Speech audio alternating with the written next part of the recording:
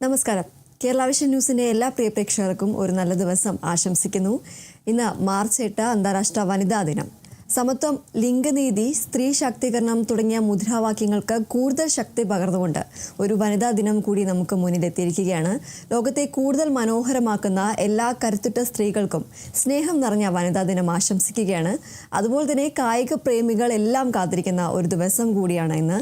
2020 ലോകകപ്പിൽ ഇന്ന് ലോകം കിരീടം സ്വന്തമാക്കാൻ ഇന്ത്യയും ന്യൂസിലാൻഡും നേർക്കുനേർ എത്തുമ്പോൾ ക്രിക്കറ്റ് ലോകം കാത്തിരിക്കുന്നത് ഒരു ക്ലാസിക് പോരാട്ടത്തിന് തന്നെയാണ്. ഒപ്പം അശാന്തിയുടെ വാർത്തകളാണ് പശ്ചിമേഷ്യയിൽ നിന്നും വരുന്നത്. ദുബായിലുണ്ടായ ഡ്രോൺ ആക്രമണത്തിൽ ഒരു മരണം സംഭവിച്ചിരിക്കുകയാണ്.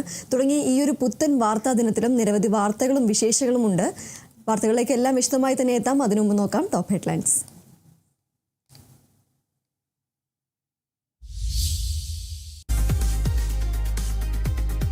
ഗൾഫ് മേഖലയിലേക്ക് ആക്രമണം തുടർന്ന് ഇറാൻ. ദുബായിൽ വ്യോമാക്രമണം പ്രതിരോധത്തിനിടെയുണ്ടായ അവശിഷ്ടങ്ങൾ വീണ പ്രവാസി ഡ്രൈവർക്ക് ദാരുണാന്ത്യം. സൗദിയിൽ പ്രിൻസ് സുൽത്താൻ വ്യോമതാവളത്തിന് നേരെ വീണ്ടും ആക്രമണം. അമേരിക്കയെ ഗൾഫ് രാജ്യങ്ങൾ തടയണമെന്നും ഇല്ലെങ്കിൽ തിരിച്ചടി തുടരുമെന്നും ഇറാൻ.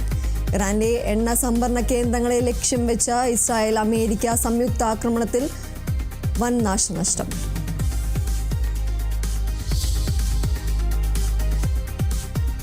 രാഷ്ട്രപതി ദ്രൗപദി മുർമു പങ്കെടുത്ത 9ാമത് അന്താരാഷ്ട്ര സന്താൾ സമ്മേളനത്തിൽ നിന്ന് മുഖ്യമന്ത്രി മമതാ ബാനർജി വിട്ടുനിന്നത് വിവാദമാകുന്നു.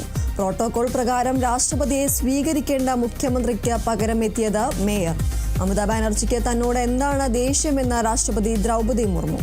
തൃണമൂൽ രാഷ്ട്രപതിയെ അപമാനിച്ചെന്ന പ്രധാനമന്ത്രി നരേന്ദ്രമോദി. BJPയുടെ ഉപദേശപ്രകാരം രാഷ്ട്രപതി രാഷ്ട്രീയം കളിക്കരുതെന്ന് മമതാ ബാനർജി.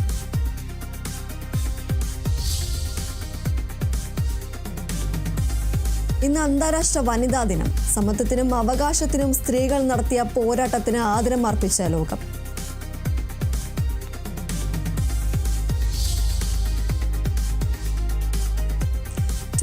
ലോകകപ്പിൽ ഇന്ത്യ ന്യൂസിലാൻഡ് കിരീട പോരാട്ടം ഇന്ന്. മത്സരം രാത്രി 7-ന് അഹമ്മദാബാദ് നരേന്ദ്രമോദി സ്റ്റേഡിയത്തിൽ. 3ാം കിരീടം നേടി ചരിത്രം കുറിക്കാൻ ഇന്ത്യയും കന്നി കിരീടം നേടാൻ ന്യൂസിലാൻഡും. വിജയിക്കുന്നവരെ കാത്തിരിക്കുന്നത് റെക്കോർഡ് തുക.